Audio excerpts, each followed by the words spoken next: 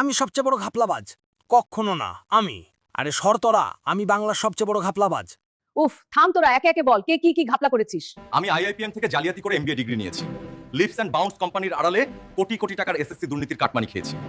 হাওয়ালার মাধ্যমে কয়লা পাচারের টাকা ঘরে তুলেছি, আর সেই টাকায় বাড়ির ভেতর চলন্ত সিঁড়ি লাগিয়েছি। বউকে দিয়ে সোনা পাচারও করিয়েছি। আমি কোটি কোটি টাকার গরু পাচারের টাকা খেয়েছি। মেয়েকে প্রাইমারি টিচারের চাকরি পাইয়ে দিয়েছি। ডিয়ার লটারিতে পরপর প্রথম পুরস্কার আমার পকেটেই ঢুকেছে। ভোলে ব্যোম শিবশম্ভু রাইস মিল থেকে কোটি কোটি টাকা তুলেছি আর দামি দামি গাড়িতে ঘুরে বেরিয়েছি। আমি হাজার হাজার পরীক্ষার্থীর কাছ থেকে ঘুষ নিয়ে চাকরি বিক্রি করেছি। প্রতিটি টেট আর এসএসসি চাকরি 10-15 লাখ টাকায় বিকিয়েছে।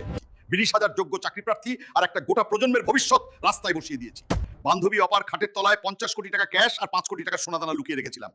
এবার তোরা কান খুলে শোন, ঘাপলাবাজির আসল রানী যে আমি, তার প্রমাণ দিচ্ছি। ইস্ট জর্জিয়া থেকে জাল ডিগ্রি আমি এনেছি। তাপসী মালিক আর রিজওয়ানুরকে নিয়ে লাশের রাজনীতি আমি করেছি।